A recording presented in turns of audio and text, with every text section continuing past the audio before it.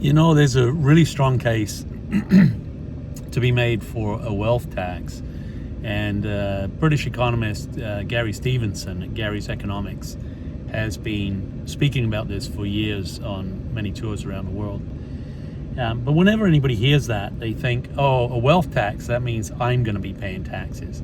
Unfortunately, that's already the case. If you own a house or you have property, you will pay a wealth tax unless you're in the top 1% of wealthy people, and then you don't pay any tax.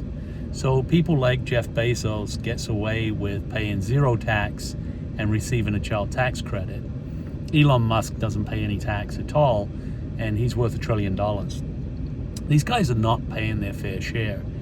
And the idea that we can't tax wealth, we have to only tax income, tax work, is absolutely ludicrous, because the CRA already imposes wealth taxes on people. When you die, you have to pay a tax. When you leave the country, you pay a deemed disposition tax.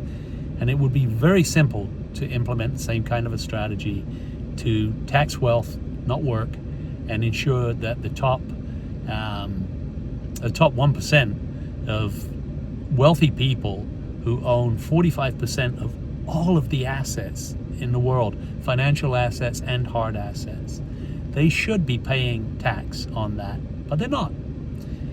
And that's why we have so much stress on working people, because working people have to pay the freight for everything in our society that requires a tax to be paid.